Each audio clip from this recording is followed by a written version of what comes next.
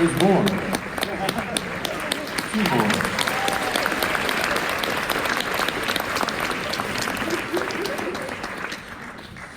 I wanted to start by asking where the germ of the idea is. It's such an interesting script and an interesting story and very much an interesting character. So I was hoping you could talk about where the idea for the film came from and also the work that the two of you did to build this character. Yeah, I mean, I read a spec script by Brian and Elliot, and it just really stuck with me. I mean, the question of what's behind a tabloid story, which is really just people who have lost dignity and been reduced to a joke, and the question is, how do you restore that dignity to these characters? And because failure is human, and we all recover in some way. You allude a little bit to the tabloid story, but I was hoping you could tell us how it's loosely based on a tabloid story and the work that you, and Natalie, you can respond to this too, but it's the work that you guys did together to create this real character that you see. Yeah, I mean, it's a tough story. I did not want to make a movie about a woman who falls apart because she's too emotional about a man, right? That's not what this movie is. This is a movie about an existential crisis and a woman who's having an existential crisis, and the affair is a symptom of that, but it's not what the story is. And you know, we had conversations. We had the fear of fatal attraction conversations, and the calibration of it, both in the writing and obviously the performance, and then editing. You know, it was a really intensive process, I felt like. Absolutely, and having that kind of guidance about this existential crisis was such an interesting entry point to her, because I remember seeing in a documentary that there was an astronaut that said that if from space they put their thumb out, they could completely cover the Earth. And the perspective that gives you, that experience gives you, is so transformative, and then you expect people to come back and just have their own lives. It's actually the most human thing to have this kind of reaction. It's actually much more hard to understand how you can then go and just go about your daily life after you've had this kind of wonder and transcendence. And kind of on that note, the film, in that way, is so predicated on the idea of people that have gone through an experience together, or a similar experience, and feel a bond, ostensibly, that other people don't understand. And when I see you guys together, I see you working so well together, and I see the team in the film working so well together until it starts to fray. And I'm wondering how much time you spend together rehearsing, on set, off set. 14 years. It started in 2005, I guess. Before I was 5 years old when it started. Yeah, you were very young. It was almost inappropriate, honestly. No, I mean, that's what you've described is kind of the experience that most people making a movie go through, or a television show for an extended period of time. You have this shared experience that then becomes unique to you, and unique to the project. We've all worked on various and sundry other things, but this is unique to its own experience. And that was, I think it was able, at least for me, I was able to take some of that and use it for the story we're trying to tell, and what Noah was trying to highlight was that you've gone through this particular thing that very few people can relate to. How do you relate that? How do you process that? What is that like? And what becomes of that if you find you don't have an outlet for that? And I think that's what Natalie's done so well in showing in this, and what was done so well in bringing it to light, is that it's difficult and it can be devastating. Were there things that the four of you feel like you learned from each other during this movie? Pearl, go ahead. Oh, yeah. I mean, obviously I learned just being on set. It was the first film I've ever been in, so it was an experience. Yeah,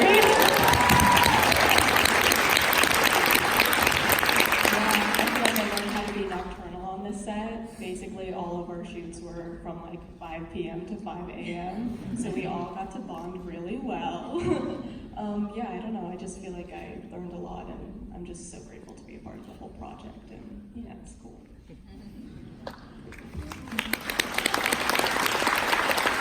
I don't know if the audience is something, but I wanted to ask you about the use of ratios, because the visual palette in this movie is so interesting. Yeah.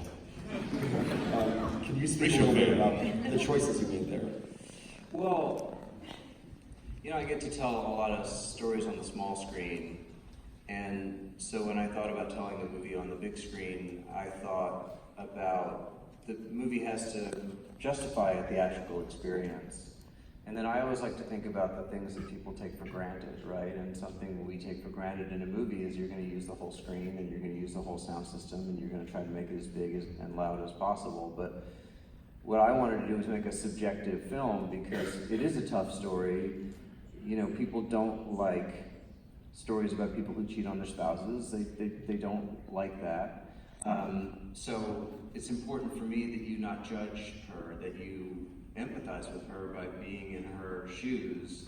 So if your experience of her story is immersive and subjective, if she's in space and it's, you know, it's bigger than anything she's ever seen, and then she comes back to Earth and it's smaller, well, if we do that with the screen, then you are immersed in it. And hopefully it's done in a way that you might notice it at first, and obviously I'm a little bit playful with it in places, but it enhances the story, and ultimately you stop noticing the effect, you just feel the feeling.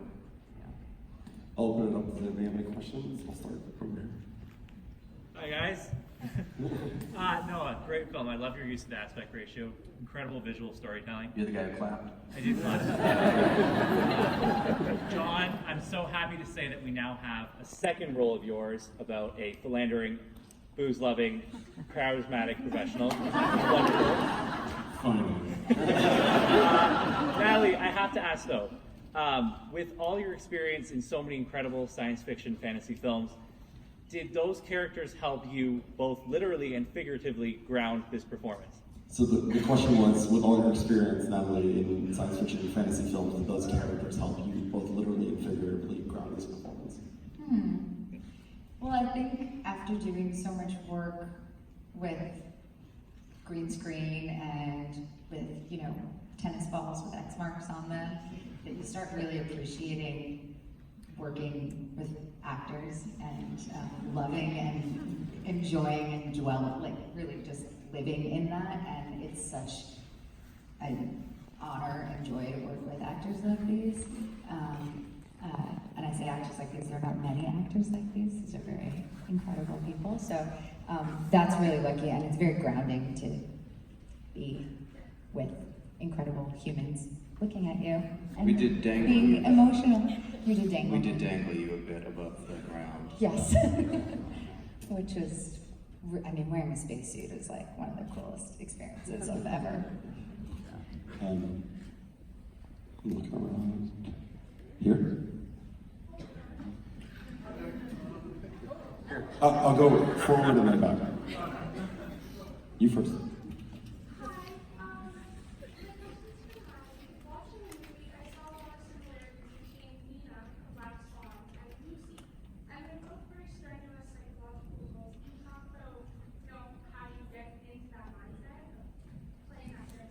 So the question was in reference to similarities between this character and the character in Black Swan that you play, and they're both strenuous psychologically. And how do you get into that mindset? Yeah, it's. I don't usually notice my own choices. It's usually other people who point out, like, oh, there's a link between these choices of roles to play, and I can definitely see a connection between people who perform at a very high level and kind of all of the how strenuous that can be and lead to kind of an unraveling when you're striving for that level of success and perfection all the time. So yes, there definitely is a thread, and to get into it, it's really good writing and a lot of imagination, and it's also interesting talking to astronauts and hearing how hard it is emotionally and how they test them psychologically extensively before, because it is such a difficult thing to deal with coming back. And then back there. It's for all performers.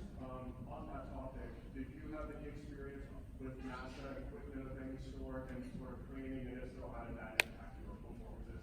So the question was for all the astronauts. Did you have any experience with equipment? Again, 14 years since I was hired involved. Yeah. We did have one man. Thank you. We paid for one whole man.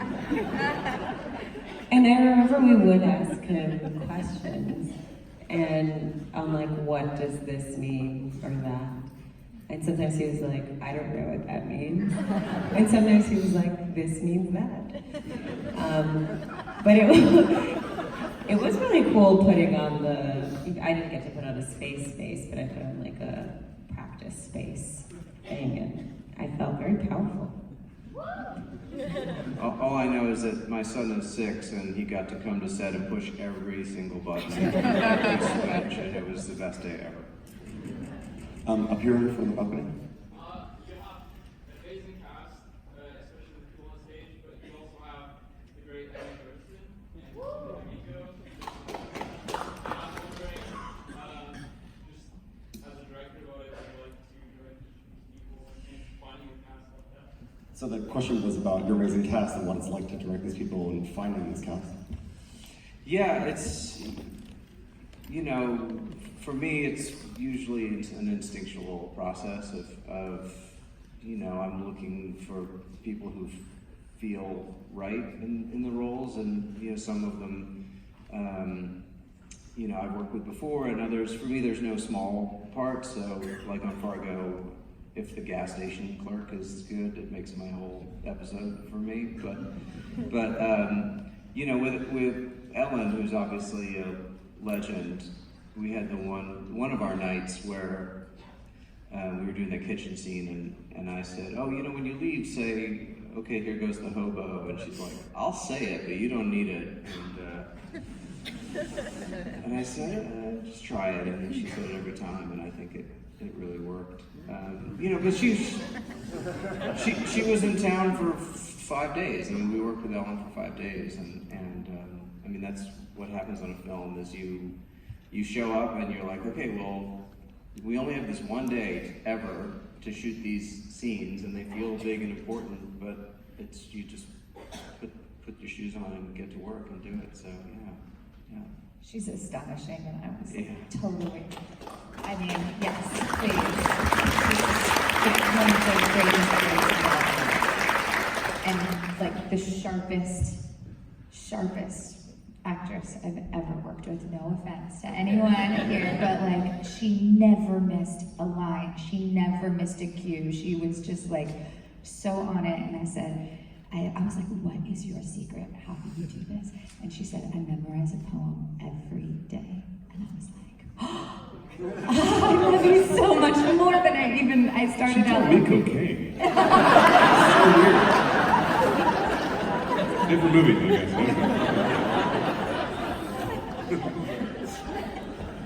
I'm gonna go down here. There's obviously a very evident theme of gender equality and gender acceptance, the perception of gender prior to even getting a position. I was wondering if that was a theme that you were interested in going into it, or whether your cast kind of brought that to the table. Natalie's obviously a powerhouse for women all the time, which is amazing. I didn't know if that was something you thought about going into it, or if it just kind of organically happened. So the question was about the theme of gender equality and gender acceptance, and whether that was on the page going into it, or was something that was brought out more by the cast. Well, it was definitely on the page, and it is part of the calibration of the story because, it's obviously a part of this story, the fictional story. You meet Natalie and she's running around the track, and then here comes John and he's like, relax, it's all easy, and he's like sleeping and drinking at lunch, and there's sort of no doubt that he gets to go back, but the movie is not about that, but to ignore that element of it, to be told that you're too emotional, to be viewed even with an unconscious bias. I mean, once it's there, we have to talk about it and we have to address it. And we did. We talked about it a lot and calibrated on the set, and then even in post about what, you don't want it to be a polemic, but you also want to address it. And I don't know, after we wrapped, Natalie sent me a link to that terrible, brilliant Saturday Night Live routine about the 2 female astronauts who went up into space, which is a true story, but they only had a spacesuit for one of them. And it's like you were still facing that no one thought, well, there's 2 people going, so it's part of the film, I think, and it exists in the world, and it should be part of our stories. We have time for a couple more back here. Hi, I was just wondering, have either of you ever had that moment of nothing makes sense anymore, or an existential crisis in your own life? So the question was, have any of you had the moment of nothing makes sense anymore? Do you have to be somewhere? Because we can talk about it for a long time. If you feel comfortable sharing. Well, look, I think my hope with this is that, storytelling is always about the creation of empathy, and the reality is everybody fails. Most of us fail in a less public way, but, it's the formation of our adult identity is that existential crisis, is that sense of who am I and what does it all mean, and so, I'm not going to get into specifics about it, but certainly, I don't think any of us would be here today if we didn't ask those questions. It usually hits me around the 5th day of a film festival, where I'm junketing, and I'm like, wow, I bet I could fly. I really thought about it. I bet I could levitate and just fly. And then the guy from Fox is like, well, no, you have to answer more questions. Oh, right. I'm not gonna fly.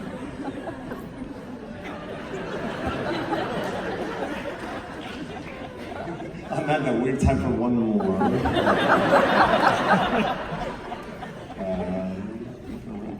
Very stunned audience right here. On the end. It's more a comment than anything else. Congratulations on space and that since I was a kid. But I think you know the technical side, the documentaries around it, and all of a sudden, within the space of a year, you've got First Man, you've got Lucy in the Sky, you've got Proxima. You talk about the family side, the personal side, the demons that astronauts live with. And I think you did a brilliant thing at rounding it all out. Congratulations. Thank you. I like that question. Who's got one more question? Down here. Hi, can you talk, so I was excited to hear speaking of poems, the Mary Oliver poem that was included at the end. Was that more with her passing earlier this year, or was that just a coincidence? So the question was about the use of the Mary Oliver poem. Yeah. In the film. No, it was in the script early on, and so I was really saddened to hear of her passing, and obviously we had to get her permission to use it. But it's such a beautiful sentiment and so clearly expressed, and if the goal of the movie is finally to bring Lucy back to Earth and ground her, it's such a earthbound, organic poem that still has a sense of, who are you to judge me? What are you going to do with your one wild and precious life? And so it felt like it allowed us to end on the right tone of, she's willing to say, I made a mistake, but is she willing to say, I'm sorry for everything? Not so much, so, Well, we have to wrap up, but I want to thank you guys so much for coming.